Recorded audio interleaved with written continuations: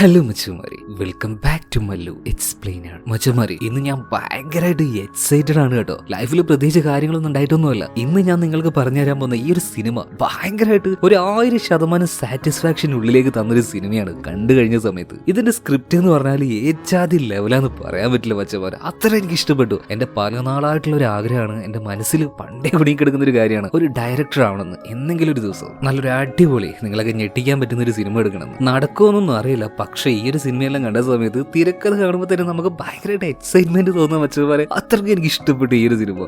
കുറച്ച് തള്ളി മറിക്കുന്നുണ്ടല്ലേ എന്ന് നിങ്ങൾക്ക് ഇപ്പൊ തോന്നുന്നുണ്ടാവും. എന്നാൽ കഥ കണ്ടു കഴിയുമ്പോൾ അതൊക്കെ നിങ്ങൾക്ക് അങ്ങോട്ട് മാറിക്കിട്ടും. ഞാൻ തള്ളിയതൊക്കെ സത്യമായിരുന്നു എന്ന് മനസ്സിലാവും. കഥയെക്കുറിച്ച് വെറുതെ അനാവശ്യമായിട്ട് ഇൻട്രോയും കാര്യങ്ങളൊന്നും വേണ്ടല്ലോ. എന്തായാലും ഒരു കുറ്റാന്വേഷണ കഥ തന്നെയാണ്, ഒരു ക്രൈം ത്രില്ലർ ഇൻവെസ്റ്റിഗേഷൻ മൂവി. ആ ഒരു കാറ്റഗറിയിൽ തന്നെ ഇത് പെടും. എന്തായാലും ട്വിസ്റ്റുകളും ഒരുപാടുണ്ട് ക്ലൈമാക്സിൽ വെച്ച്. അതുപോലെ തന്നെ പോകല്ലേ നമുക്ക് കഥകളുടെ ഈ മായ ലോകത്തിലേക്ക്. So again welcome back to Mallu explainer. സിനിമയുടെ തുടക്കത്തിൽ തന്നെ ഒരു ബാറിന്റെ ചുറ്റുഭാഗത്താണ് കാണിക്കുന്നത്. അവിടെ കുറെ അധികം ആൾക്കാർ ഓടിക്കൂടിയിട്ടുണ്ട്. മാത്രമല്ല കുറച്ചധികം പോലീസുകാരും വന്നിട്ടുണ്ട്. എന്തോ ഒരു പ്രശ്നത്തിന്റെ പേരിൽ, ഈ ബാറിൽ നടന്ന ഒരു കൊലപാതകത്തിന്റെ പേരിൽ ഇവിടെ ഉണ്ടായിരുന്ന ഒരു വെയിറ്ററെ അറസ്റ്റ് ചെയ്യാണ്. ഇയാൾ പറയുന്നതൊന്നും പോലീസുകാർ കേൾക്കുന്നില്ല. ഇതേ സമയത്ത് തന്നെ ഈ വെയിറ്ററിന്റെ മകൻ അങ്ങോട്ടേക്ക് ഓടി വന്നിട്ട് പറയുന്നുണ്ട്, എന്റെ അച്ഛൻ തെറ്റൊന്നും ചെയ്തിട്ടില്ല, അദ്ദേഹത്തെ വെറുതെ വിട് എന്ന്. എന്നാൽ പോലീസുകാരും നിയമം എല്ലാവരും കൂടെ ഒറ്റ വാക്കിൽ പറയാണ് ഇയാൾ തന്നെ കുറ്റക്കാരൻ. ആ കുട്ടിക്കും ഈ പാവ മനുഷ്യനും എന്തെങ്കിലും ചെയ്യാൻ കഴിയോ? ഒന്നും ചെയ്യാൻ പറ്റിയില്ല. വർഷങ്ങൾ കടന്നു പോവാണ്. അങ്ങനെ കുറച്ച് വർഷങ്ങൾക്ക് ശേഷം നമ്മുടെ കഥാനായകനെ കാണിക്കാണ്. ആളൊരു പോലീസ് ഓഫീസറാണ്. ഒരുപാട് കഷ്ടപ്പെട്ട് പഠിച്ച് പ്രയത്നിച്ചുകൊണ്ടാണ് നമ്മുടെ കഥാനായകൻ ഈ ഒരു പൊസിഷനിലേക്ക് എത്തിയത് തന്നെ കേട്ടോ. തൽക്കാലം നമുക്ക് ഇയാൾക്ക് ഒരു മലയാള തനിമയുള്ള പേര് കൊടുത്താലോ? മലയാള തനിമ എന്നല്ലേ, ഇപ്പൊ അടുത്തിറങ്ങിയ ഓസ്ലർ, ആ സിനിമയിൽ ആ ഒരു പോലീസുകാരന്റെ പേരെന്നെ കൊടുക്കാം, ചുമ്മാ ഒരു രസത്തിന്. അപ്പൊ തൽക്കാലം നമുക്ക് ഹീറോയെ ഓസ്ലർ എന്ന് വിളിക്കാം. അപ്പൊ ഓസ്ലറിനെ പ്രശംസിച്ചുകൊണ്ട് ഇവിടെ ഒരു പ്രോഗ്രാം നടന്നുകൊണ്ടിരിക്കുകയാണ്. കാരണം ഓസ്ലറിന് ഇന്ന് പ്രൊമോഷൻ ലഭിച്ചിരിക്കുകയാണ്, അതും നല്ല ഉയർന്ന റാങ്കിലേക്ക് തന്നെ. സോ അങ്ങനത്തെ ആ ഒരു പരിപാടിയെല്ലാം കഴിഞ്ഞിട്ട് ഓസ്ലർ നേരെ ചീഫിന്റെ അടുത്തേക്ക് ചെല്ലുകയാണ്. ചീഫും അവനെ ഒരുപാട് പുകഴ്ത്തുന്നുണ്ട്. എന്തായാലും കഷ്ടപ്പെട്ട് നീ ഒരു പൊസിഷനിലേക്ക് വന്നല്ലോ, ഇനി നിന്റെ അടുത്ത ലക്ഷ്യം എന്ന് പറഞ്ഞാൽ എന്റെ ഈ പൊസിഷൻ ആയിരിക്കും. ശരിക്കും ആ ഒരു കാര്യത്തിന് വേണ്ടി ഞാൻ നിന്നെ നന്നായിട്ട് സപ്പോർട്ട് ചെയ്യാം. എന്റെ ശിഷ്യന്മാരിൽ തന്നെ എനിക്ക് ഏറ്റവും ഇഷ്ടം നിന്നെയാണ്. അതുകൊണ്ട് കരിയറിൽ ഒരു ബ്ലാക്ക് മാർക്കും ഇല്ലാതെ നീ മുന്നോട്ടേക്ക് പോകണം. Okay sir. ഓസ്ലറിന് എന്തോ വലിയ സന്തോഷമായി. ഇതിനുശേഷം നേരെ ഓഫീസിലേക്ക് വരികയാണ്. അവന്റെ കൂടെ തന്നെ വർക്ക് ചെയ്യുന്ന അവന്റെ അസിസ്റ്റന്റ് ആയിട്ടുള്ള പോലീസുകാരനാണ് മൈക്ക്. ഈ മൈക്കിനെ നിങ്ങൾ എവിടെയും കണ്ടിട്ടുണ്ടോ? മറ്റാരുമല്ല, നമ്മുടെ ഡോൺലി മാമൻ തന്നെ. അദ്ദേഹത്തിന് ആ ഒരു തുടക്കകാലത്തുള്ള സിനിമയാണ് ഇതൊക്കെ. അതുപോലെ തന്നെ ഓസ്ലറിന്റെ കൂടെ തന്നെ ന്യൂ ആയിട്ട് ജോയിൻ ചെയ്ത ഒരു പയ്യനും കൂടി ഉണ്ട്. അവന്റെ പേര് ചാൾസ് എന്നാണ്. അപ്പൊ അത്യാവശ്യം ട്രെയിനിങ് കാര്യങ്ങളൊക്കെ കിട്ടി വരുന്നേ ഉള്ളൂ. അതുകൊണ്ട് തന്നെ അവന് ചെയ്യുന്ന ഓരോ കേസുകൾ അതെങ്ങനെ ഹാൻഡിൽ ചെയ്യണം, ഏതൊക്കെ രീതിയിൽ അത് മുന്നോട്ടേക്ക് കൊണ്ടുപോകണം, ഇങ്ങനെയുള്ള ഓരോ കാര്യങ്ങളും ഓസ്ലർ ചാൾസിന് നന്നായിട്ട് പറഞ്ഞു കൊടുക്കുന്നുണ്ട്. മാത്രമല്ല ഈ ചാൾസുമായിട്ട് ഓസ്ലറിന് ഭയങ്കര റിലേഷനാണ് കേട്ടോ. എന്തും ഏതും ചെയ്യാനുള്ള ആ ഒരു ആവേശം അവന്റെ ഉള്ളിലും ഉണ്ട്. ഓസ്ലർ അവനെ തന്നെ ഈ ചാൾസിന്റെ ഉള്ളിൽ കണ്ടതുകൊണ്ടായിരിക്കണം അത്രത്തോളം സപ്പോർട്ട് അവന് കൊടുക്കുന്നത്. അങ്ങനെ രാത്രി എല്ലാവരും നമ്മുടെ ഓസ്ലറിന്റെ ഈ ഒരു പ്രൊമോഷന് വേണ്ടിയിട്ട് ചെറിയൊരു പാർട്ടിയും കാര്യങ്ങളൊക്കെ ഒപ്പിച്ച് അത് സെലിബ്രേറ്റ് ചെയ്തുകൊണ്ടിരിക്കുകയാണ്. ഇതിന്റെ ഇടയ്ക്ക് നമ്മുടെ ഓസ്ലറിന് ചാൾസ് ഒരു ഗിഫ്റ്റും കൊടുക്കുന്നുണ്ട് കേട്ടോ, ഒരു ചെയിൻ. അങ്ങനെ എല്ലാവരോടും യാത്ര പറഞ്ഞിട്ട് ഓസ്ലർ പോകാൻ നിൽക്കുകയാണ്. കാരണം ഭാര്യയും കുഞ്ഞും വെയിറ്റ് ചെയ്യാണ്. അങ്ങനെ എല്ലാവരോടും യാത്ര പറഞ്ഞ് ഒരു ടാക്സിക്കാരനെ വിളിച്ച് ആ ഒരു കാറിൽ അങ്ങനെ പോയിക്കൊണ്ടിരിക്കുകയാണ് കേട്ടോ. അപ്പൊ ഭാര്യ വിളിച്ച് പറയുന്നുണ്ട്, ഞാൻ വരുന്നുണ്ട്, കിടക്കൊന്നും വേണ്ട, അധികം വൈകൊന്നുമില്ല, നിങ്ങൾ പറഞ്ഞതുപോലെ ഞാൻ എത്തിക്കൊണ്ടിരിക്കുകയാണ്. അങ്ങനെ കുറച്ച് ദൂരം പോകാണ്ട് കേട്ടോ. അപ്പൊ ആ ഒരു യാത്രയിൽ ഓസ്ലർ പതിയെ മയങ്ങി പോകുന്നുണ്ട്. കുറച്ച് കഴിഞ്ഞ് കണ്ണു തുറന്നു നോക്കുമ്പോൾ പോകേണ്ട വഴിയിലൂടെയല്ല ഈ കാറ് പോകുന്നത്. അപ്പൊ ആ ഒരു ഡ്രൈവറോട് ഇതെന്താ ഇതിലൂടെ പോകുന്നതെന്നൊക്കെ ചോദിക്കുമ്പോൾ ഇയാൾ കുറച്ച് അഹങ്കാരത്തിൽ സംസാരിക്കുകയാണ്. മിണ്ടാതിരിട അവിടെ, എനിക്ക് ചില കാര്യങ്ങൾ നിന്നോട് പറയണ്ടേ. ഓസ്ലർ പറയുന്നുണ്ട്, ഞാനൊരു പോലീസുകാരനാണ്, വെറുതെ കളിക്കാൻ നിൽക്കേണ്ടത്. അപ്പൊ ഇയാൾ പറയാണ്, നീ പോലീസുകാരനാണെങ്കിൽ ഞാൻ എന്താണ് ചെയ്യേണ്ടത്? വളരെ വേഗത്തിൽ കാർ ഓടിച്ചു കൊണ്ടുപോയിട്ട് ഒരു ഭാഗത്ത് നിർത്തുകയാണ്. എന്നിട്ട് ഈ ടാക്സി ഡ്രൈവർ പുറത്തേക്ക് ഇറങ്ങുന്നുണ്ട്. അതുപോലെ തന്നെ ഓസ്ലർ ഇറങ്ങുകയാണ്. ഇയാൾ എന്താണ് ഇങ്ങനെ സ്ട്രേഞ്ച് ആയിട്ട് ബിഹേവ് ചെയ്യുന്നത്? ഇപ്പൊ ഓസ്ലർ ചോദിക്കുന്നുണ്ട്, എന്താണ് നിനക്ക് ഭ്രാന്തായോ? ഇതേ സമയത്ത് ഈ ഡ്രൈവർ പറയാണ്, ആടാ എനിക്ക് ഭ്രാന്തായി. ഓർമ്മയുണ്ടോ കുറച്ച് വർഷങ്ങൾക്ക് മുന്നേ നീ സെറ്റിൽ ചെയ്തൊരു കേസ്? നീ അതിൽ കാശ് മേടിച്ചില്ലടാ, അതിൽ കുടുങ്ങിപ്പോയത് ഞാനാണ്. നിന്നെ കൊന്നാലല്ലാതെ എനിക്ക് സമാധാനം കിട്ടില്ല. ഇത് പറഞ്ഞുകൊണ്ട് ഈ ഒരു ഡ്രൈവർ നമ്മുടെ ഓസ്ലറിനെ ആക്രമിക്കാൻ വേണ്ടി വരികയാണ്. പെട്ടെന്നായതുകൊണ്ട് തന്നെ ഓസ്ലർ ഒന്ന് ഷോക്കായി നിൽക്കുകയാണ്. ഇയാളുടെ കയ്യിലാണെങ്കിൽ ഒരു കത്തിയുണ്ട് എന്ന് ഓസ്ലറിന് നോക്കി നിൽക്കാൻ കഴിയോ? പരമാവധി തടയാൻ നോക്കുന്നുണ്ട്. ഈ ഒരു മൽപ്പിടുത്തത്തിനിടയിൽ ഓസ്ലറുടെ കയ്യിലേക്ക് ഈ കത്തി വരികയാണ്. ഇയാളുടെ നെഞ്ചിലേക്ക് കത്തി കയറി ഇയാൾ മരിച്ചു പോവാണ്. ആകെ കൂടി ഓസ്ലറിന് ഒരു അന്താളിപ്പാണ്. ഇയാൾക്ക് എന്തേ ചെയ്യേണ്ടത്? പക്കാ നോർമലായിട്ട് പോയിക്കൊണ്ടിരിക്കുന്ന ലൈഫിലാണ് ഇങ്ങനെ ഒരു ഇൻസിഡന്റ് നടന്നിരിക്കുന്നത്. മാത്രമല്ല പ്രൊമോഷൻ കിട്ടാൻ നിൽക്കുകയാണ് ഇനി അടുത്ത പൊസിഷനിലേക്ക്. ആ സമയത്തൊന്നും ഒരു ബ്ലാക്ക് മാർക്കും വരാൻ പാടില്ല. എന്തായാലും ഇത് വേഗം തന്നെ പോലീസുകാരെ വിളിച്ച് പറയാം എന്ന് കരുതി ഫോൺ എടുക്കാൻ നിൽക്കുമ്പോൾ ദാണ്ട് വിളിക്കുന്ന ചീഫ് വിളിച്ചിട്ട് പറയാണ്, എടാ മോനെ, ഒരു ബ്ലാക്ക് മാർക്ക് നിന്റെ കരിയറിൽ ഉണ്ടാക്കില്ല, എല്ലാ കാര്യങ്ങളും ഏകദേശം ഞാൻ സെറ്റ് ആക്കിയിട്ടുണ്ട്. സോ നന്നായിട്ട് സൂക്ഷിക്കണം, നിന്റെ ഓരോ ചുവടിലും നീ സൂക്ഷിക്കണം. പോലീസുകാരാണ്, എന്തെങ്കിലും ഒരു ബ്ലാക്ക് മാർക്ക് വന്നിട്ടുണ്ടെങ്കിൽ നിനക്ക് വരാനിരിക്കുന്ന ആ ഒരു പൊസിഷൻ കിട്ടില്ല കേട്ടോ. ഓക്കെ സാറേ എന്ന് പറഞ്ഞിട്ട് ഈ ഓസ്ലർ ഫോൺ കട്ടിയാണ്. ഇതേ സമയത്ത് തന്നെ ഓസ്ലറിന്റെ ഉള്ളിൽ വല്ലാത്തൊരു ടെൻഷൻ കയറി വരികയാണ്. ഇതുപോലൊരു സംഭവം നടന്നു കഴിഞ്ഞാൽ അതിൽ ആ ഒരു സത്യാവസ്ഥയും കാര്യങ്ങളൊക്കെ തെളിയിക്കണമെങ്കിൽ കുറച്ച് ദിവസമാവും. ഉറപ്പാണ് കിട്ടാൻ പോകുന്ന പ്രൊമോഷൻ ക്യാൻസൽ മനസ്സിലാവും. അതുകൊണ്ട് തന്നെ ഓസ്ലർ ഒരു കാര്യം തീരുമാനിക്കുകയാണ്, എങ്ങനെയെങ്കിലും ഈ ഒരു കാര്യത്തെ മറക്കണം. പെട്ടെന്ന് തന്നെ എവിഡൻസ് പരമാവധി അതില്ലാതാക്കാൻ വേണ്ടി ഓസ്ലർ നോക്കുകയാണ്. വണ്ടിയിലൊരു ഇൻസുലേഷൻ ടൈപ്പും കാര്യങ്ങളൊക്കെ ഉണ്ടായിരുന്നു. ഇതെല്ലാം ഉപയോഗിച്ച് എവിടെയൊക്കെ ഈ ഹാൻഡ് പ്രിന്റ് പതിയാനുള്ള സാധ്യത ഉണ്ടോ അതൊന്നും മുഴുവൻ ഇതിങ്ങനെ ഒട്ടിച്ച് പറിച്ച് അതില്ലാതാക്കിക്കൊണ്ടിരിക്കുകയാണ്. അതുപോലെ തന്നെ ആ ഒരു കത്തിയിൽ നിന്നും. എന്നിട്ട് ഈ ഒരു ടാക്സിയുമായിട്ട് തന്നെ ഓസ്ലർ അവിടുന്ന് തിരിച്ചു പോകണം കേട്ടോ. എല്ലാം ഒരു വിധത്തിൽ ഒതുക്കിയെന്ന് ഇയാൾ ആശ്വസിക്കുകയാണ്. എന്നാൽ പിറ്റേ ദിവസം രാവിലെ ആയപ്പോഴല്ലേ കോള് വരുന്നത്. അതായത് നഗരത്തിന്റെ പ്രധാന ഭാഗത്ത് ഒരാളെ തൂക്കിയിട്ടിരിക്കുകയാണ്, അതും കൊന്നുകൊണ്ട്. ആ ബോഡി അത് മറ്റാരുടെയല്ല, ഇന്നലെ രാത്രി ഓസ്ലറിന്റെ കൈകൊണ്ട് മരിച്ചില്ലേ ടാക്സി ഡ്രൈവർ, ഇയാള് തന്നെ. അല്ല, ഇയാളുടെ ബോഡി എങ്ങനെയാണ് ഇങ്ങോട്ടേക്ക് എത്തിയത്? ഈ വിഷയം അറിയാതെയാണ് ഓസ്ലർ ഇങ്ങോട്ടേക്ക് വരുന്നത്. ആ ഒരു ഡെഡ് ബോഡി നോക്കി ഓസ്ലർ ശരിക്കും ഷോക്കായി പോയി. ഇന്നലെ രാത്രി കുറച്ചധികം ദൂരെ ആ ഒരു സ്ഥലത്ത് വെച്ച് ഓസ്ലർ കൊന്ന ആളാണിത്. ഇയാളുടെ ബോഡി എങ്ങനെ ഇവിടെ എത്തി? ആകെ ആ ഒരു ഷോക്കിൽ നിൽക്കുന്ന സമയത്ത് തന്നെ എവിഡൻസ് ശേഖരിക്കാനായിട്ട് ഫോറൻസിക് ടീം വന്നിട്ടുണ്ട്. കൈരേഖ, ബാക്കിയുള്ള DNA ടെസ്റ്റും കാര്യങ്ങളൊക്കെ ചെയ്യാനായിട്ട്. സത്യം പറഞ്ഞ ഓസ്ലറിന്റെ ഉള്ളിൽ അങ്ങനെ പെട്ടച്ചുകൊണ്ടിരിക്കുകയാണ്, കുടുങ്ങോ പടച്ചോനെ പറഞ്ഞിട്ട്. അങ്ങനെ അത്യാവശ്യം അവിടുത്തെ ആ ഒരു ഫോർമാലിറ്റീസും കാര്യങ്ങളൊക്കെ തീർത്തിട്ട് ഓസ്ലർ നേരെ ഇന്നലെ രാത്രി സംഭവം നടന്ന സ്ഥലത്തേക്കാണ് പോകുന്നത്. ഓസ്ലർ ഇങ്ങനെ മനസ്സിൽ വിചാരിക്കുന്നുണ്ട്, ഇന്നലെ ഇവിടെ വെച്ച് നടന്ന ഈ ഒരു സംഭവത്തിൽ ആ ഒരു ഡെഡ് ബോഡി ആരായിരിക്കും കൊണ്ടുപോയിട്ടുണ്ടാവുക. എന്നാൽ ഇപ്പൊ ആ ഒരു ഡെഡ് ബോഡി കൊണ്ടുപോയിട്ട സ്ഥലം ഉണ്ടല്ലോ, അവിടെ തന്നെ ആരുള്ളത്? ഓസ്ലറിന്റെ സഹായിയായിട്ടുള്ള മൈക്കും അതുപോലെ തന്നെ പുതുതായിട്ട് ജോയിൻ ചെയ്ത ചാൾസും ഉള്ളത്. അപ്പൊ ഈ മൈക്ക് നോക്കുമ്പോൾ ഈ ബോഡി കൊണ്ടുവന്നിട്ടില്ലേ, അതിന്റെ ഒരു ഭാഗത്തായിട്ട് ആരും ഇല്ലാതെ, എന്താ പറയാ, ആരും വരാതെ കുറെ നേരമായിട്ട് ഒരു ടാക്സി കാർ അങ്ങനെ കാണുന്നുണ്ട്. അപ്പൊ മൈക്ക് ചാൾസിനോട് പറയുന്നുണ്ട്, ആ ഒരു കാറ് കാണുന്നുണ്ട്, ഒന്ന് പോയി നോക്കുന്നത്. ഓക്കെ സാറേ എന്ന് പറഞ്ഞിട്ട് ചാൾസ് അങ്ങോട്ടേക്ക് ചെന്നിട്ട് കാറ് വിശദമായിട്ട് തന്നെ പരിശോധിക്കുകയാണ്. ഒന്നും കിട്ടിയൊന്നുമില്ല എന്ന് ഇറങ്ങാൻ നേരത്ത് അവനൊരു കീ ചെയിൻ കിട്ടുകയാണ് കേട്ടോ. ഇതേ കീ ചെയിൻ ആണ് ഇന്നലെ രാത്രി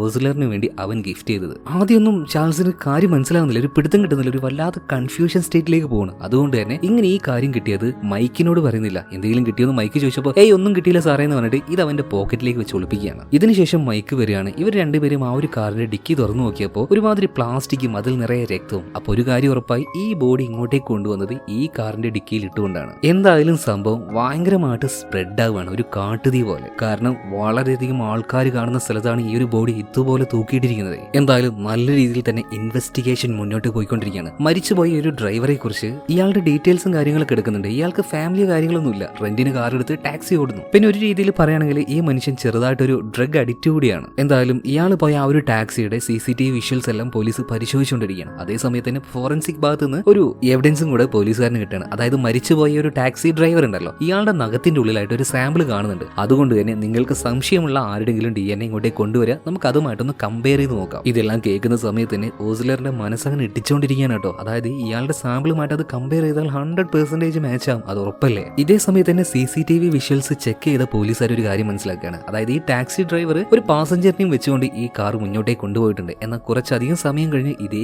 കാറിന് തിരിച്ചു വരുമ്പോൾ അതിൽ ആ ഒരു പാസഞ്ചർ ഉണ്ടായിരുന്നില്ല. മാത്രമല്ല ആ കാർ ഓടിക്കുന്നത് നേരത്തെ കണ്ട ആ ഒരു ടാക്സി ഡ്രൈവറും അല്ല. അപ്പൊ കൊലപാതകം ചെയ്ത ആള് ഇയാളുടെ പിന്നിലിരിക്കുന്ന ആ ഒരു പാസഞ്ചർ തന്നെയാണ് എന്ന് ബാക്കിയുള്ള പോലീസുകാർ അനുമാനിക്കുകയാണ്. എന്നാൽ അതാരാണെന്നും എന്താ സംഭവിച്ചതെന്നും വ്യക്തമായിട്ട് തന്നെ നമുക്കും അറിയാം, ഓസ്ലറിനും അറിയാം. അപ്പൊ ആരാണ് ആ ഒരു പാസഞ്ചർ, ഇതറിയാൻ വേണ്ടിയിട്ട് ആ ഒരു CCTV അത് കൂടുതലായിട്ട് നിരീക്ഷിക്കാനായിട്ട് ഇവരിവിടെ പാക്ക് ചെയ്ത് വെക്കുന്നുണ്ട് കേട്ടോ. അപ്പൊ ഇതെന്തായാലും കൂടുതലായിട്ട് പരിശോധിച്ചാൽ ഞാൻ പെട്ടുപോവെന്ന് ഓസ്ലറിനെ നന്നായിട്ട് അറിയാം. അതുകൊണ്ട് ആരും കാണാതെ ഈ ഒരു CD ഇവിടുന്ന് എടുക്കാനും അത് നശിപ്പിക്കാനും ഓസ്ലർ നോക്കുന്നുണ്ട്. എന്നാൽ ഓസ്ലർ ഈ ഒരു CD എടുക്കുന്ന കാര്യം ആര് കാണുന്നുണ്ട്? ചാൾസ് കാണുകയാണ്. ഇയാൾ എന്തിനായിരിക്കും ഇങ്ങനെയൊക്കെ ചെയ്യുന്നത്? അവന്റെ ഉള്ളിൽ ഒരുപാട് സംശയങ്ങളും പ്രശ്നങ്ങളൊക്കെ ഇങ്ങനെ വന്നുകൊണ്ടിരിക്കുകയാണ്. എന്നാൽ ആരോടും ഈ ഒരു കാര്യമൊന്നും പറയുന്നില്ല. കാരണം എന്താ, അവൻ ഒരുപാട് സ്നേഹിക്കുന്ന അവന്റെ ഗൈഡ് ആയിട്ടുള്ള സീനിയർ ഓഫീസറാണ് ഈ ഒരു ഓസ്ലർ. ഇതേ സമയത്താണ് പോലീസുകാർക്ക് മറ്റൊരു CCTV വിഷ്വൽ കിട്ടുന്നത്. ഈ മരിച്ചുപോയ ടാക്സി ഡ്രൈവറെ കാറിന്റെ ഡിക്കിയിലാക്കിയിട്ട് ഈ സ്ഥലത്തേക്ക് കൊണ്ടുവന്ന് തൂക്കിയിട്ട് ഒരാളില്ലേ, അയാളുടെ ഒരു CCTV വിഷ്വൽ. അതുകൊണ്ട് തന്നെ ആളെ മനസ്സിലാക്കിയത് കൊണ്ട് തന്നെ പോലീസുകാർ നേരെ പാഞ്ഞു ചെല്ലുകയാണ് ഇയാളുടെ അടുത്തേക്ക്. എന്ന് ഈ വിഷയം അറിയാതെ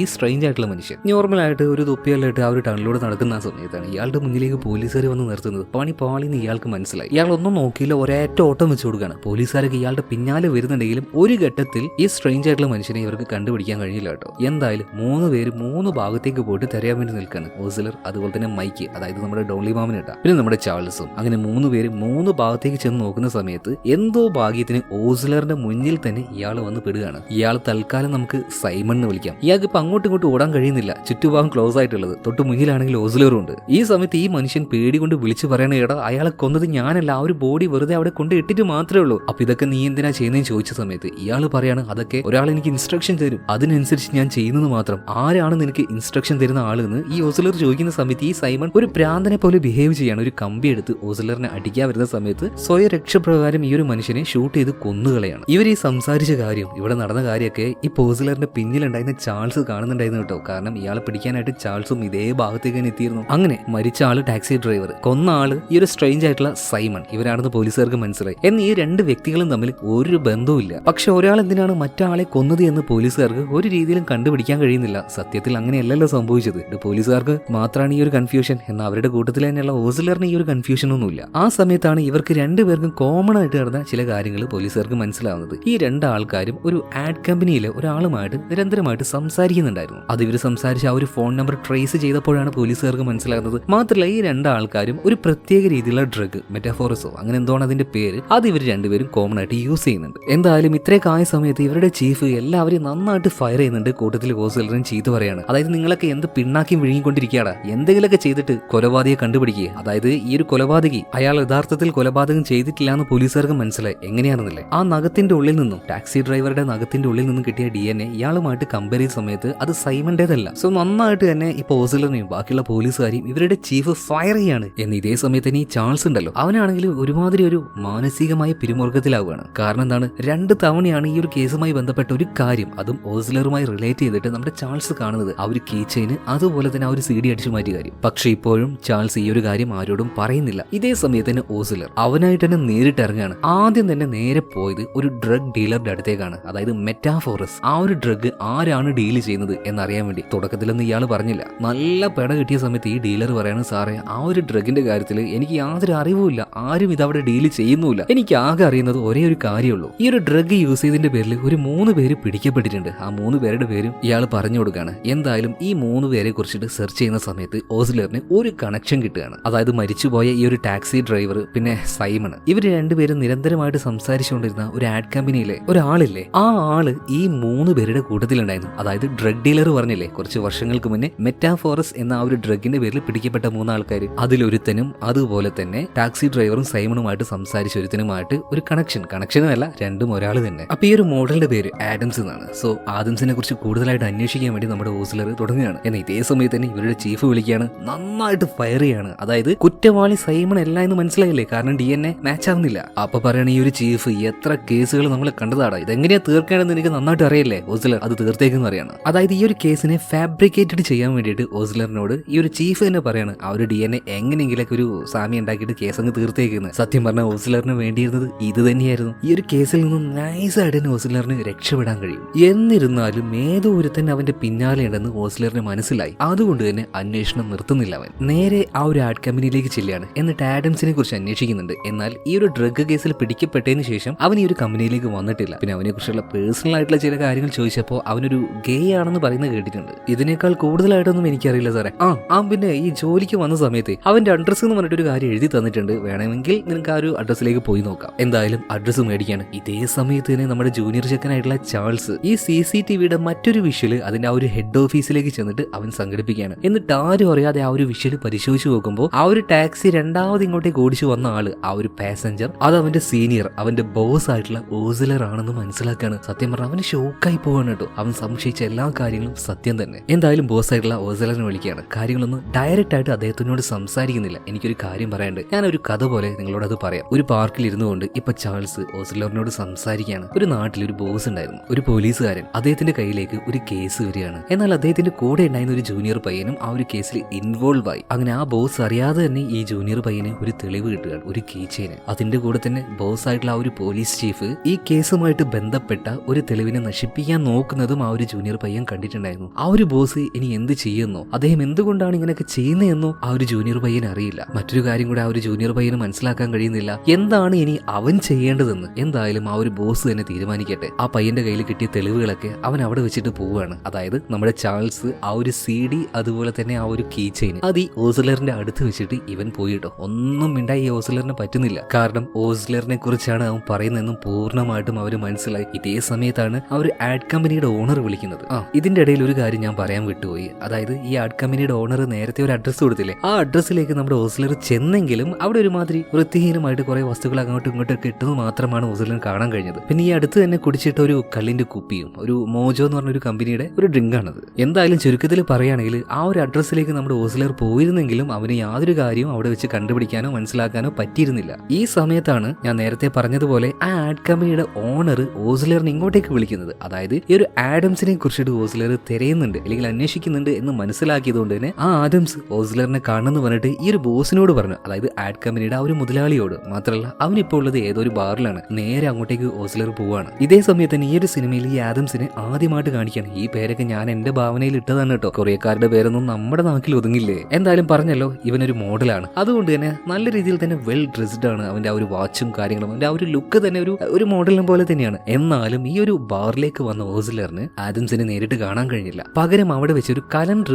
ഈ ഓസ്ലറിന് കാണാൻ വേണ്ടി കഴിഞ്ഞു. ആ കലണ്ടറിൽ ഓരോ സ്ഥലവും ആ സ്ഥലത്തിന്റെ അടുത്തായിട്ട് ഓരോ ഡേറ്റും ഇട്ട് വെച്ചിട്ടുണ്ട്. എന്തോ ഒരു സംശയം തോന്നിയിട്ട് ഒന്ന് ക്ലാരിഫൈ ചെയ്യാമെന്ന് കരുതി ഓസ്ലർ ഈ ഒരു കാര്യം മൈക്കിനെ വിളിച്ചു പറയണം, അതായത് നമ്മുടെ ഡോൺലി അതേ ഡേറ്റിൽ അതേ സ്ഥലത്ത് എന്തെങ്കിലും സംഭവിച്ചിട്ടുണ്ടോ എന്നിങ്ങനെ നോക്കുന്ന സമയത്ത് ഈ എഴുതി വെച്ച 3 സ്ഥലത്തും അതിന്റെ അടുത്ത് എഴുതി വെച്ച ആ ഒരു 3 ഡേറ്റിലും ഓരോ മർഡേഴ്സ്, കൊലപാതകങ്ങൾ നടന്നിട്ടുണ്ട്. ശരിക്കും അതെല്ലാം നമ്മുടെ ഓസ്ലറിനെ ഞെട്ടിച്ചത്. ആ മരിച്ച ആൾക്കാർ ആരാണെന്ന് അറിഞ്ഞപ്പോഴാണ് ഓസ്ലർ ഞെട്ടുന്നത്. മറ്റാരുമല്ല, കുറച്ച് വർഷങ്ങൾക്ക് മുന്നേ അദ്ദേഹത്തിന്റെ കൂടെ ജോലി ചെയ്ത അദ്ദേഹത്തിന്റെ സബോർഡിനേറ്റ് ആയിട്ടുള്ള പോലീസുകാരാണ്. അന്ന് ആ കുറച്ച് വർഷങ്ങൾക്ക് മുന്നേ ഇവർക്കൊരു കേസ് വന്നിട്ടുണ്ടായിരുന്നു. ഇവര് 4 പേരാണ് അതിലുണ്ടായിരുന്നത്. മാത്രമല്ല ഈ ഒരു കേസ് ലീഡ് ചെയ്യുന്നത് മറ്റാരും ആയിരുന്നില്ല, ഇവരുടെ ചീഫ് ആയിട്ടുള്ള ആ ഒരു മനുഷ്യനുണ്ടല്ലോ, നമ്മുടെ ഓസ്ലറിനെ ഒരുപാട് ഇഷ്ടമുള്ള ആള്, അയാളായിരുന്നു. അങ്ങനെ ഈ 5 ആൾക്കാര്, അതായത് ഈ ചീഫ് പിന്നെ ഇദ്ദേഹത്തിന്റെ സഹായികളായിട്ട് 4 പേര്, അതിലൊരുത്തൻ ഓസ്ലറാണ്. അങ്ങനെ ഇവർ 5 പേരും കൂടി ഡീൽ ചെയ്ത ഒരു കേസ് ഉണ്ട്. അതേതാണെന്നല്ലേ, കഥയുടെ തുടക്കത്തിൽ നമ്മൾ കണ്ട ആ ഒരു ബാറിൽ നടന്ന ഇൻസിഡന്റ്, 12 പേരെ വിഷം വെച്ച് കൊന്ന കേസിൽ കുറ്റവാളിയാണെന്ന് പറഞ്ഞിട്ട്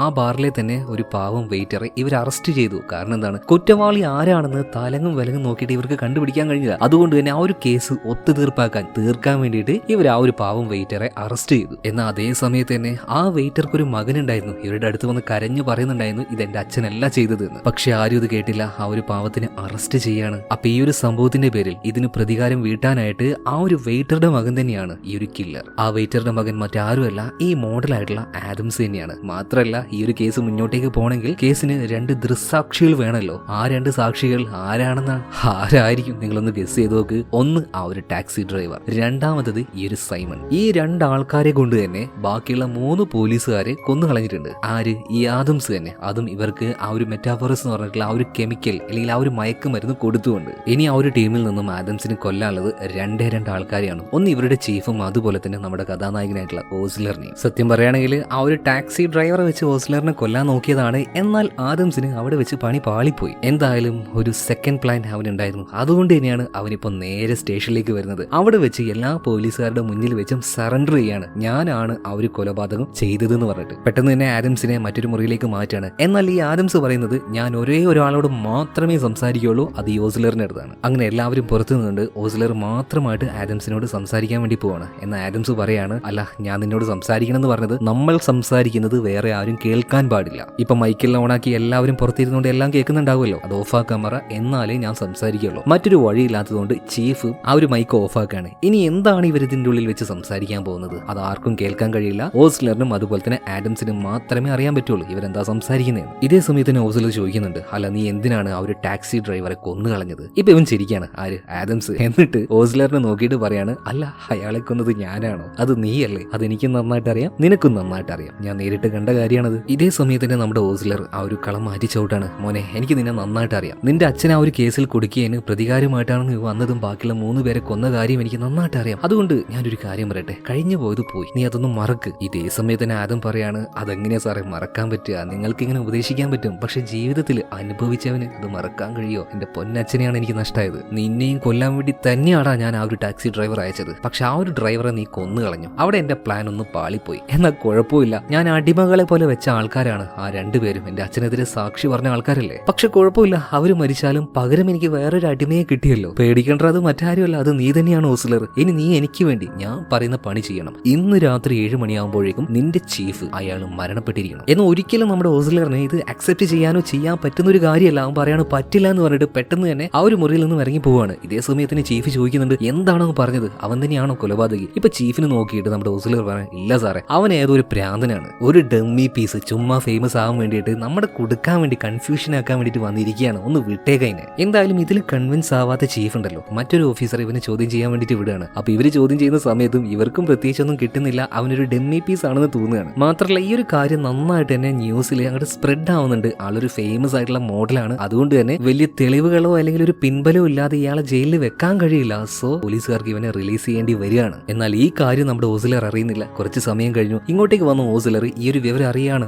ആകെ ടെൻഷനിലാകുന്ന ഓസിലർ പറയാണ്, നിങ്ങൾ എന്തൊക്കെ ചെയ്യുന്നുണ്ടോ അല്ലെങ്കിൽ എവിടേക്ക് വിളിക്കുന്നുണ്ടോ എന്നൊന്നും എനിക്ക് അറിയണ്ട, എനിക്ക് അവൻ എവിടെയാണെന്ന് ഇപ്പൊ മനസ്സിലാക്കണം, അവന്റെ ആ ഒരു ലൊക്കേഷൻ. അങ്ങനെ നമ്മുടെ മൈക്ക്, ബാക്കിയുള്ള പോലീസുകാർ എല്ലാവരും കൂടെ സെർച്ചിങ് ആരംഭിക്കുകയാണ്. മാത്രമല്ല അവനിപ്പോ ഏതോ ഒരു പാർക്കിലേക്കാണ് പോയിട്ടുള്ളത്. ആ ഒരു പാർക്കിലേക്ക് നമ്മുടെ ഓസിലറും അതുപോലെ തന്നെ ജൂനിയർ പയ്യനായിട്ടുള്ള ചാൾസും കൂടെ വെച്ച് പിടിക്കാൻ കേട്ടോ. എന്നാൽ അങ്ങോട്ടേക്ക് എത്തിയ സമയത്ത് ഇവർക്ക് ആ ഒരു കില്ലറെ, അതായത് ആഡംസിനെ കാണാൻ കഴിഞ്ഞില്ല. ആ ഒരു നിരാശയിൽ നമ്മുടെ ഓസിലർ തിരിച്ചു വരികയാണ് കേട്ടോ. എന്നാൽ സ്റ്റേഷനിലേക്ക് പോകുന്ന വഴിക്കാണ് അവനൊരു കാര്യം ഓർക്കുന്നത്. ഇവരെ പോലെ തന്നെ ആ ഒരു പാർക്കിലേക്ക് മറ്റൊരാൾ കൂടെ വന്നിട്ടുണ്ട്. ആരായിരിക്കും ആ ആള്? മറ്റാരുമല്ല, ചീഫ് തന്നെ. സമയം ഇപ്പൊ ഏകദേശം 7 മണിയാവാനായിട്ടുണ്ട്. അവൻ ധൃതിയിൽ വളരെ വേഗത്തിൽ കാർ ആ ഒരു പാർക്കിലേക്ക് ഓടിച്ചു പോകുന്ന സമയത്ത് കോള് വരികയാണ്. ആരാ വിളിക്കുന്നത്? മറ്റാരുമല്ല, ആഡംസ് തന്നെയാണ്. അല്ല ഓസിലറെ, നിന്നെ ഞാനൊരു പണി ഏൽപ്പിച്ചു, അത് നീ ചെയ്തിട്ടില്ല എന്ന് കരുതിയിട്ട് എനിക്ക് ആ ഒരു പണി ചെയ്യാതിരിക്കാൻ കഴിയോ? 7 മണി എന്നൊരു സമയം ഉണ്ടെങ്കിൽ നിന്റെ ചീഫ് മരിച്ചിരിക്കണം. ഇത് പറഞ്ഞിട്ട് കോള് കെട്ടിയാണ്. എന്തായാലും അപ്പോഴേക്കും നമ്മുടെ ഓസിലർ ആ ഒരു പാർക്കിലേക്ക് എത്തിയിട്ടുണ്ട്. അവൻ നോക്കി നിൽക്കെ അവന്റെ ആ ഒരു ചീഫ് ഇയാളുടെ കാറിലേക്ക് ചെന്ന് കയറുന്നുണ്ട്. എന്ന് അയാളോട് വിളിച്ചു പറയുന്നുണ്ട് ആ ഒരു കാറിലേക്ക് കയറല്ലേ എന്ന്. എന്നാൽ ചീഫ് ഈ ഒരു കാര്യം കേട്ടില്ല കേട്ടോ. കാറിൽ കയറി അധികം വൈകിയില്ല,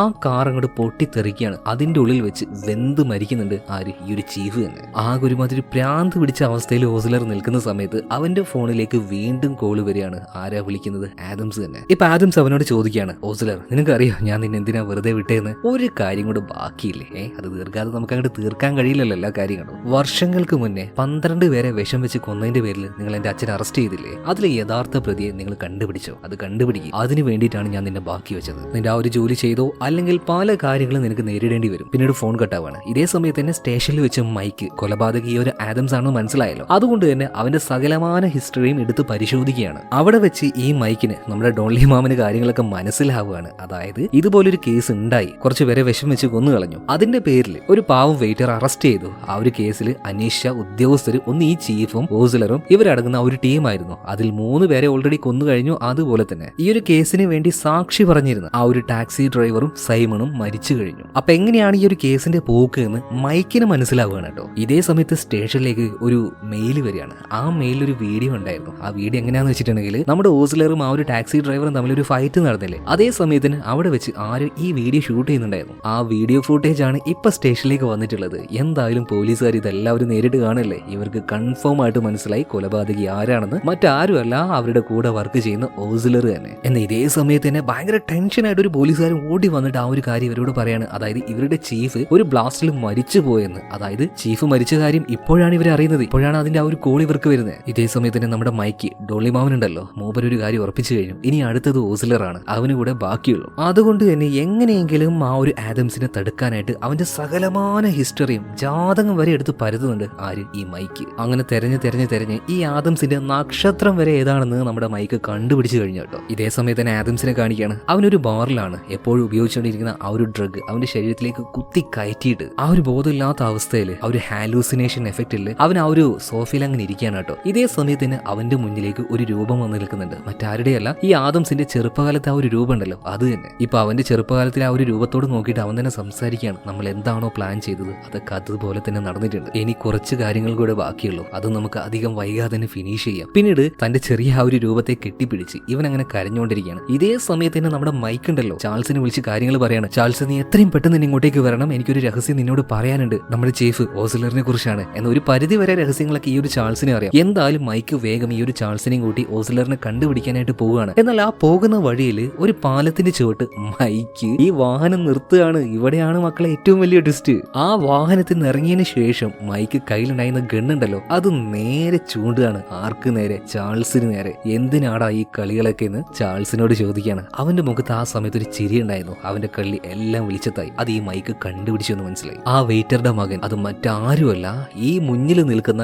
ചാൾസ് തന്നെയാണ്. അവന്റെ അച്ഛൻ ജയിലിൽ പോയതിനു ശേഷം ചാൾസിനെ ഒരു ഓർഫനേജ് കൊണ്ടുപോയി. എന്നാൽ ഒരു ഘട്ടത്തിൽ അവന് കംപ്ലീറ്റ് ആയിട്ടുള്ള പേരും കാര്യങ്ങളും എല്ലാം മാറ്റിയാണ് നമ്മുടെ ചാൾസ് ഇവിടം വരെ വന്ന് നിൽക്കുന്നത്. അതായത് അവന്റെ ആ ഒരു ഐഡന്റിറ്റി അത് കംപ്ലീറ്റ് ആയിട്ട് ആദംസിന് കൊടുത്തു. അങ്ങനെയാണ് ഇവർ ഈ കാര്യങ്ങളൊക്കെ പ്ലാൻ ചെയ്ത് വെച്ചിട്ടുള്ളത്. എന്നാൽ കൂടുതലായിട്ട് ഇതിനെക്കുറിച്ച് അന്വേഷിച്ച നമ്മുടെ മൈക്ക് ഈ കാര്യം അത് അതുപോലെ കണ്ടുപിടിച്ചിരിക്കുകയാണ്. ഇതേ സമയത്ത് തന്നെ ഇവർ രണ്ടുപേരും തമ്മിൽ അങ്ങോട്ടും ഇങ്ങോട്ടും ഒരു ഫൈറ്റ് നടക്കുന്നുണ്ട്. ഈ ഫൈറ്റിൽ ചാൾസ് മൈക്കിന്റെ കയ്യിൽ നിന്നും ഗണ്ണ് തട്ടിപ്പറിച്ച് മേടിച്ചിട്ട് ഇവനെ ചവിട്ടി താഴെയിടുകയാണ്. ഗൺ പോയിന്റിൽ നിർത്തുകയാണ്. ഇപ്പൊ മൈക്കിനോട് ചാൾസ് പറയുന്നുണ്ട്, എനിക്ക് നിങ്ങൾ ഒരുപാട് ഇഷ്ടമാണ്, പക്ഷെ എനിക്ക് ചെറുത് തീർക്കാനായിട്ട് ഇനിയും കുറച്ചധികം കാര്യങ്ങൾ ബാക്കിയുണ്ട്. അതിന് നിങ്ങളൊരു തടസ്സമാണ്. അവിടെ വെച്ച് തന്നെ ചാൾസ് മൈക്കിനെ ഷൂട്ട് ചെയ്ത് കൊന്നുകളയാണ്. ഇതേ സമയത്ത് തന്നെ ഓസിലർ നേരെ ആ ഒരു ബാറിലേക്ക് എത്തുകയാണ്. അവിടെ ബോധമില്ലാതെ മയക്കുമരുന്ന് അടിച്ചു കിടക്കുന്ന ആദംസിനെ കാണുകയാണ്. അവന്റെ മുന്നിലേക്ക് എത്തി അവന് നേരെ ഗണ്ണ് ചൂണ്ടിയിട്ട് പറയാണ്, എന്തിനായിരുന്നു അവിടെ ഈ ഒരു നാടകം? കാരണം ഓസ്ലറും ഈ ഒരു രഹസ്യം മനസ്സിലാക്കിയിട്ടുണ്ടായിരുന്നു. ഇപ്പൊ ഈ ആദംസ് പറയാണ്, എങ്ങനെയുണ്ട്, ഞാൻ നല്ലൊരു ഉഗ്രൻ ആക്ടർ അല്ലേ, നന്നായിട്ട് അഭിനയിച്ചില്ലേ ആ വെയിറ്ററുടെ മകനായിട്ട്. ശരിക്കും എന്തിനായിരിക്കും ഈ ആദംസ്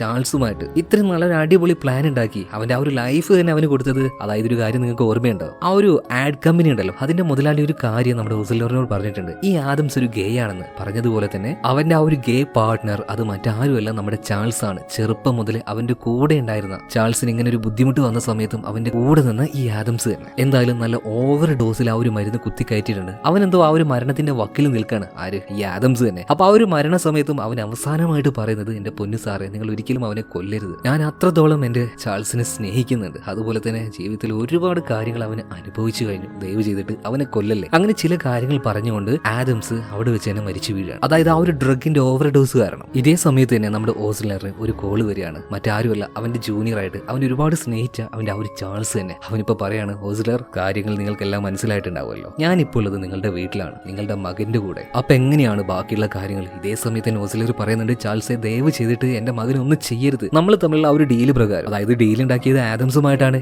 എന്നിരുന്നാലും ആ ഒരു ഡീൽ യഥാർത്ഥത്തിൽ ചാൾസുമായിട്ടാണല്ലോ. അതുകൊണ്ട് തന്നെ പറയാണ്, യഥാർത്ഥത്തിൽ ആ ഒരു ഡീൽ എന്ന് പറഞ്ഞാൽ നിന്റെ അച്ഛനെ കൊന്ന യഥാർത്ഥ കൊലയാളി അയാളെ കണ്ടുപിടിക്കാനാണല്ലോ, ഞാൻ വൈകാതെ തന്നെ അത് കണ്ടുപിടിക്കും, ദയവ് ചെയ്തിട്ട് എന്റെ മകനെ ഒന്നും ചെയ്യലടാ. ഇതും പറഞ്ഞുകൊണ്ട് ഇപ്പൊ ഓസ്ലർ നേരെ വീട്ടിലേക്ക് ചെല്ലുന്ന വഴി, പാതി വഴിയിൽ തന്നെ ഈ ചാൾസ് ഒരു കാറില് ഓസ്ലറിന്റെ മകനെ ഇരുത്തിക്കൊണ്ട് അങ്ങനെ നിൽക്കാനായിട്ട് ഒരു പ്രത്യേക ഭാവത്തിൽ. എന്തായാലും ഓസ്ലറിന് ചാടിക്കാരി ഒന്നും ചെയ്യാൻ കഴിയില്ല. ഇതേ സമയത്തിന് ആ കാറ് ചൂണ്ടിയിട്ട് ഇപ്പൊ ചാൾസ് പറയാണ്, നിന്റെ മകനെ കണ്ടോ, എന്റെ അച്ഛനെ നിങ്ങൾ എല്ലാവരും അറസ്റ്റ് ചെയ്തുകൊണ്ടുവന്ന സമയത്ത് അതേ പ്രായം തന്നെ അതേ ബുദ്ധി തന്നെ എനിക്കുണ്ടായിരുന്നുള്ളൂ, ഒരു കൊച്ചു പയ്യനായിരുന്നു ഞാൻ. എന്റെ അച്ഛൻ എത്രത്തോളം കഷ്ടപ്പെട്ടിട്ടാണ് എന്നെ നോക്കിയെന്നറിയോ, അമ്മയില്ലാത്ത തന്നെ. ആ കഷ്ടപ്പാടുകളൊക്കെ ഞാൻ ഒരുപാട് തവണ നേരിട്ട് കണ്ടിട്ടുണ്ട്. ഒരു ദിവസം രാത്രി ഒരുപാട് വൈകിട്ടും എന്റെ അച്ഛൻ വീട്ടിലേക്ക് വന്നിട്ടില്ല. അതുകൊണ്ട് തന്നെ അച്ഛനെ തേടിക്കൊണ്ട് ഞാൻ ആ ഒരു ബാറിലേക്ക് ചെന്നപ്പോ കണ്ട കാഴ്ച, കൂത്താടി നടക്കുന്ന 12-13 പേര്. എന്റെ അച്ഛൻ ഒരു പട്ടിയെ പോലെയാണ് അവർ കണ്ടത്. എന്ന് എനിക്ക് വേണ്ടി, നമ്മുടെ കുടുംബം നോക്കാൻ വേണ്ടി അച്ഛൻ അവർക്ക് കീഴിൽ അങ്ങനെ ജോലി ചെയ്തു. ഒരു പട്ടിയെ തല്ലുന്നത് പോലെ, ഒരു പട്ടിയെ കാണുന്നത് പോലെ, ഒരു അടിമയെ പോലെ അവരവിടെ വെച്ച് എന്റെ അച്ഛനെ ട്രീറ്റ് ചെയ്തു. എന്റെ കുഞ്ഞു മനസ്സാണ് അത് വല്ലാതെ പെടഞ്ഞുപോയി, സഹിക്കാൻ കഴിഞ്ഞില്ല എന്നെ കൊണ്ടത്. എന്റെ പൊന്നച്ഛൻ എന്നെ അത്രയും നോക്കിയിരുന്നു, അത്രയും കഷ്ടപ്പെട്ടിരുന്നു എന്നെ നോക്കാനായിട്ട്. അതുകൊണ്ട് എനിക്ക് സഹിക്കാൻ കഴിഞ്ഞില്ല. ആ 13 പേരെയും വിഷം വെച്ച് കൊന്നത് മറ്റാരുമല്ലടാ, ഞാൻ തന്നെയാണ്. എനിക്ക് എന്റെ പക തീർക്കണമായിരുന്നു. എന്റെ അച്ഛനെ തൊട്ടവന്മാരെ ഇഞ്ചി ഇഞ്ചായിട്ട് എനിക്ക് കൊല്ലണമായിരുന്നു. ഞാൻ അതുപോലെ തന്നെ ചെയ്തു. ഇത് കേട്ട സമയത്ത് ഓസ്ലർ ആകെ ഞെട്ടിപ്പോകുന്നുണ്ട്. അപ്പൊ യഥാർത്ഥ കൊലയാളി അത് നീ തന്നെയായിരുന്നു,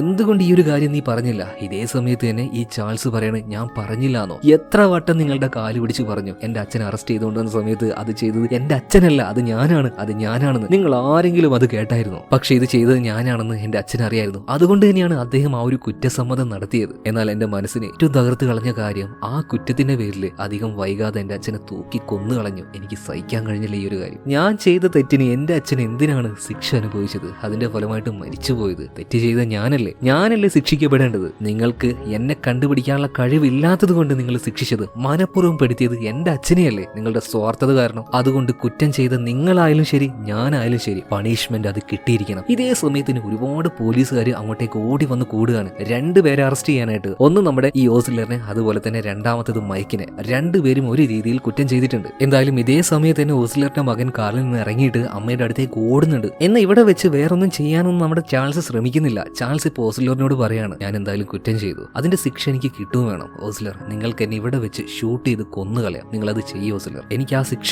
വേണം. ഇത് പറയുന്ന സമയത്ത് ഓസ്ലർ കയ്യിലേക്ക് ഗണ്ണെടുക്കുന്നുണ്ട്, അവന്റെ നേരെ ചൂണ്ടുകയാണ്. ഇതേ സമയത്ത് തന്നെ ചാൾസ് പറയാണ്, ഞാൻ ചെയ്തതിനുള്ള ശിക്ഷ അതെനിക്ക് കിട്ടും ചെയ്യും, അതുപോലെ തന്നെ നിങ്ങൾ ചെയ്തതിനുള്ള ശിക്ഷ നിങ്ങളുടെ മകന്റെ മുന്നിൽ വെച്ച് തന്നെ പോലീസുകാരെ നിങ്ങൾ അറസ്റ്റ് ചെയ്തുകൊണ്ടു. എന്ന് ഓസ്ലർക്ക് ചാൾസിനെ വെടിവെച്ച് കൊല്ലാൻ മനസ്സ് വന്നില്ല കേട്ടോ. അതുകൊണ്ട് തന്നെ ആ ഒരു ഗണ്ണ് താഴേക്ക് ഇട്ട് ഓസ്ലർ പോലീസിന് കീഴടങ്ങുകയാണ്. പോലീസുകാർ ഇപ്പൊ അവനെ പിടിച്ചിട്ടുണ്ട്. അതേ സമയത്ത് തന്നെ ഇവിടെ വെച്ച് ഒരു ഫ്ലാഷ് ബാക്ക് നമ്മുടെ ചാൾസ് ഓർത്തെടുക്കുകയാണ്. അതായത് അവന്റെ അച്ഛനെ ഇവിടുന്ന് അറസ്റ്റ് ചെയ്ത് കൊണ്ടുവന്ന സമയത്ത് ആ ഒരു ടീമിൽ അല്ലെങ്കിൽ ഈ ഒരു പരിപാടിക്ക് തീരെ താല്പര്യം ഉണ്ടായിരുന്നില്ല നമ്മുടെ ഓസ്ലറിന്. എന്തായാലും ഓസ്ലർ ആ ഒരു വെയിറ്ററുടെ മകനായിട്ടുള്ള ചാൾസിന്റെ അടുത്തേക്ക് ചെന്നിട്ട് ഒരു കാര്യം പറയുന്നുണ്ടായിരുന്നു, മോനെ ഈ ഒരു കാര്യം ചെയ്യാൻ അങ്കിളിന് ഒട്ടും താല്പര്യമില്ല, പക്ഷെ വിധി ഇങ്ങനെയായി പോയി. മോനെ പോലെ അധികാരമില്ലാത്തവർക്ക്, പവർ ഇല്ലാത്തവർക്ക് ഇങ്ങനെയുള്ള കാര്യങ്ങൾ അനുഭവിക്കാൻ മാത്രമേ യോഗമുള്ളൂ. അതുകൊണ്ട് മോനോട് അങ്കിൾ ഒരു കാര്യം പറയട്ടെ, എങ്ങനെയെങ്കിലും അതിജീവിക്കണമെങ്കിൽ പണം ഉണ്ടാക്കുക, അധികാരം ഉണ്ടാക്കുക. ആ ഒരു വേർഡ്സ് ചാൾസ് മനസ്സിൽ വെച്ച് ആ ഒരു പകയില് അവൻ പഠിച്ച് ഇതേ പോലീസ് ഫോഴ്സിൽ തന്നെ അവൻ വന്ന് കയറി. എന്നിരുന്നാലും അവന്റെ ഉള്ളിൽ ആ ഒരു കുറ്റബോധം അത് പോകുന്നില്ല. പ്ലാൻ ചെയ്ത് എല്ലാ കാര്യങ്ങളും നടപ്പിലാക്കിയെങ്കിലും അവന്റെ ഉള്ളിൽ ആ ഒരു കുറ്റബോധം, തന്റെ അച്ഛന്റെ മരണത്തിന് കാരണക്കാരൻ ഞാനാണ്, അതുകൊണ്ട് നിങ്ങൾ കൊന്നിട്ടില്ലെങ്കിലും ഞാൻ മരിച്ചോളാന്ന് പറഞ്ഞിട്ട് ഇപ്പോ ഈ ചാൾസ് ഗണ്ണെടുത്ത് അവന്റെ തലയിലേക്ക് ഷൂട്ട് ചെയ്ത് മരിച്ചു കളയാണ്. എന്ന് ഈ ഒരു കാര്യം കണ്ട സമയത്ത് നമ്മുടെ ഓസ്ലർ ആകെ തരിച്ചുപോയി. പോലീസുകാരുടെ ആ ഒരു പിടുത്തവും കാര്യങ്ങളൊക്കെ വെട്ടിപ്പിച്ച് ഓസ്ലർ പാഞ്ഞു ചെന്ന് നമ്മുടെ ആ